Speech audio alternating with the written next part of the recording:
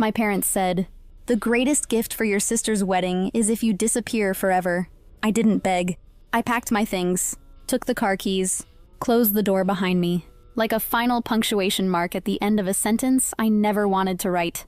The next morning, I listed my apartment for sale, called the bank, froze the joint account my father thought I'd forgotten existed. My name is Chloe Morrison, and this is the story of how my family's cruelty became their downfall. What happened 4 years ago broke me. What happened last week made me whole. They wanted me gone. They forgot who paid the bills. Growing up, I always knew my sister Madison was the golden one. She was 2 years younger, prettier, louder, easier to love. Robert and Linda Morrison made it clear who mattered most. She was their little princess. I was the extra line in a story already written. When I graduated college, they took me to a cheap restaurant. When Madison got into community college, they threw a party for 50 people. I built a career in marketing, bought my own condo, traveled the world. She bounced between part-time jobs and came home broke. Guess who they called responsible? Her. Guess who they called selfish? Me. Still, I kept showing up. Family dinners, holidays, birthdays. I brought gifts, carried conversations, and swallowed every insult disguised as concern. Then came her engagement. 8 months of dating, and suddenly she was the family's miracle. Every dinner turned into a wedding planning meeting. I offered to help, even offered to pay. They looked at me like I was interrupting something sacred. 2 weeks before the wedding, Madison exploded over a missing seat at the reception. "One extra guest ruins everything," she screamed. Then she turned to me, eyes full of venom. "This is your fault. You ruin everything." I waited for my parents to defend me. They didn't. My father sighed. "Maybe Madison has a point, Chloe." And then my mother, soft, rehearsed, said the words that cracked my spine. "You always make things heavier, Chloe. You never seem happy." I looked around that living room, their laughter, her tantrum, my silence, and realized I'd been standing outside my own family for years. I laughed, because they were right about one thing. I wasn't happy. Not with them. They wanted peace. I gave them silence. I didn't cry that night. I didn't scream or beg. I just packed 3 suitcases, 1 wooden box from my grandmother, and every piece of dignity they couldn't steal. While Madison slept off her meltdown, I stood in the doorway of my childhood room. The posters were gone, but the air still smelled like dust and disappointment. I closed the door quietly. They didn't deserve the sound of goodbye. The next morning, I called my realtor. The market was strong. She said we could list my condo within a week. Then I called the bank. There was one account my father never thought I'd touch. The joint account we'd opened years ago for family emergencies. It held $47,000. I'd deposited 45 of it. The banker confirmed I could withdraw my contributions immediately. So I did. A hold was placed on the rest, 72 hours before the funds cleared. Perfect. Madison's wedding was in 8 days. Their perfect day now had a price tag. 2 days later, the phone started buzzing. First Mom, then Dad, then Madison's dramatic voicemails about ruining her life. I didn't answer. On day 5, Mom showed up at my office during lunch. Her makeup cracked under the heat. "Chloe, we need to talk," she whispered. I smiled politely. "No, we don't. You made that clear." She grabbed my arm. "It was just stress. Madison didn't mean it." "I know," I said. "You didn't either." She blinked, lost for words. "The wedding is in a week. We can't access the money. That's not my problem anymore." I kept my voice calm, almost kind. "You wanted me to disappear. I'm just honoring your wish." Her mouth opened, then closed. She looked small, smaller than I'd ever seen her. That afternoon, I accepted a job offer in Seattle, a 20% raise and a signing bonus. The same day, Madison's dream wedding shrank into a cash bar and store-bought cake. I heard about it through a friend. Apparently, she cried through the ceremony. Not because she missed me, but because her fantasy couldn't afford itself anymore. The next morning, I boarded a one-way flight to Seattle. The clouds swallowed the city below, and with it, everything I used to owe them. Freedom didn't feel like fireworks. It felt like silence, finally quiet enough to breathe. When the plane landed, no one waited for me.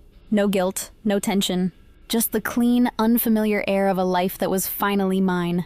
I didn't look back. They wanted me gone. I left and took the foundation with me. Seattle gave me something I didn't recognize at first. Quiet. No buzzing phones. No crisis disguised as family. Jessica called one rainy Thursday. Her voice was careful, almost apologetic.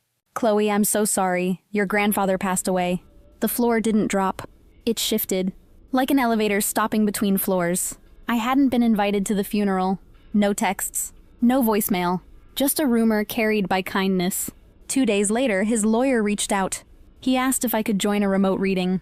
I sat at my kitchen table, hands folded, breath thin. He began with the formalities. Estate inventory, account numbers, appraisals, house, investments, life insurance, even the classic cars he polished every Sunday. Then he said my name, Chloe Morrison. Silence gathered between syllables. To my granddaughter Chloe, I leave my entire estate. The entire room went still, even through a screen. Madison received $5,000 and a letter. My parents received nothing, and a sentence saying they had shown their character. The valuation landed near $2 million. Numbers I never expected to hear out loud. Not a jackpot. A responsibility with his name etched beneath mine. I didn't gloat. I couldn't. I pressed my palms against the cool table and waited to breathe. The lawyer sent one more envelope. A letter my grandfather wrote in his careful, tilting hand. He'd seen the way they spoke to me. He'd seen me try again and again. He wrote that love isn't measured by performance, and that dignity sometimes looks like walking away. He said he was proud of me.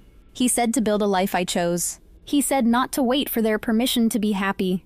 I cried on the kitchen floor finally, face in my hands, salt and relief stinging old wounds. The messages started almost immediately. Family should stick together. He wasn't thinking clearly. The ethical thing is to split it evenly. I didn't reply. Instead, I met with a planner. We set aside taxes, invested the rest with boring discipline. I put a down payment on a quiet house above the Sound. I donated $50,000 to a group for estranged adults. I named a small scholarship after him, for first-generation students cut off by family. Therapy became a weekly anchor. Dr. Martinez mapped the pattern I survived. Scapegoat, enabler, golden child, debt collector.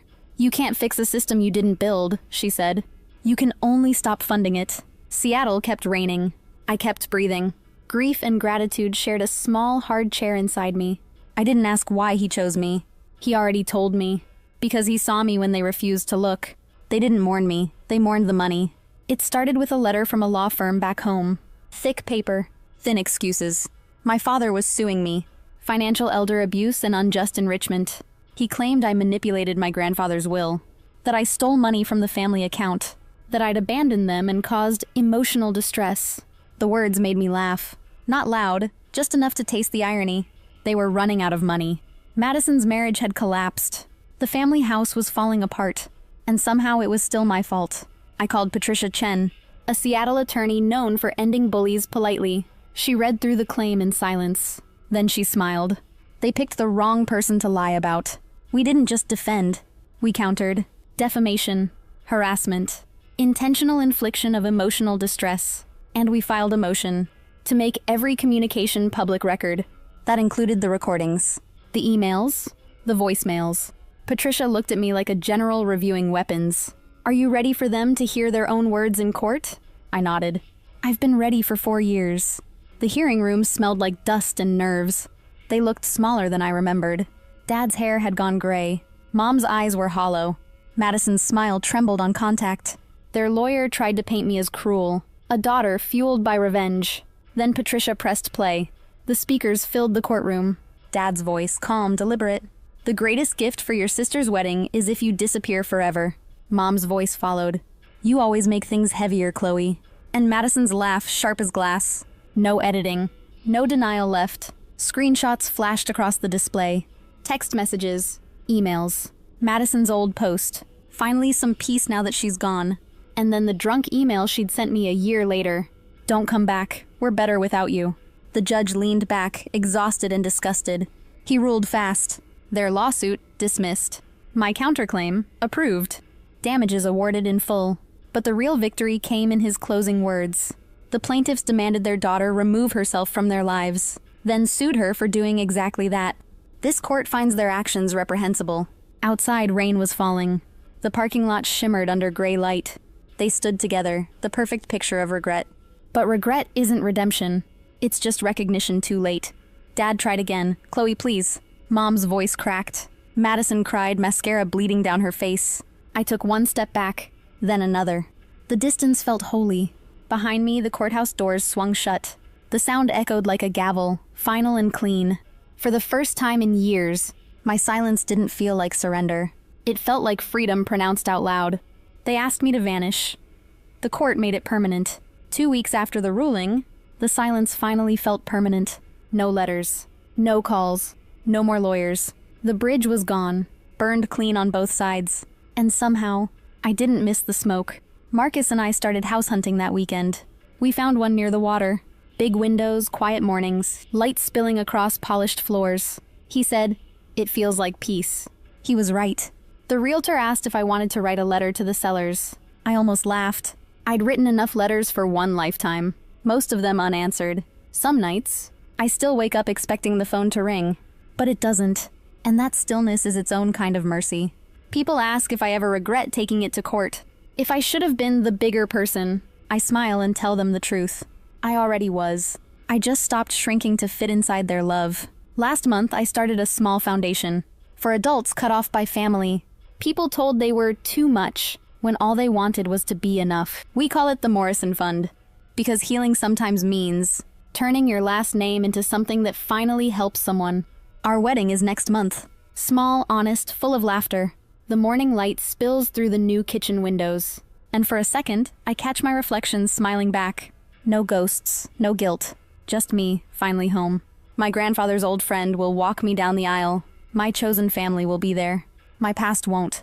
I used to think freedom meant running away. Now I know better. Freedom means walking forward and never looking back. They wanted me gone. I chose to be free before saying goodbye.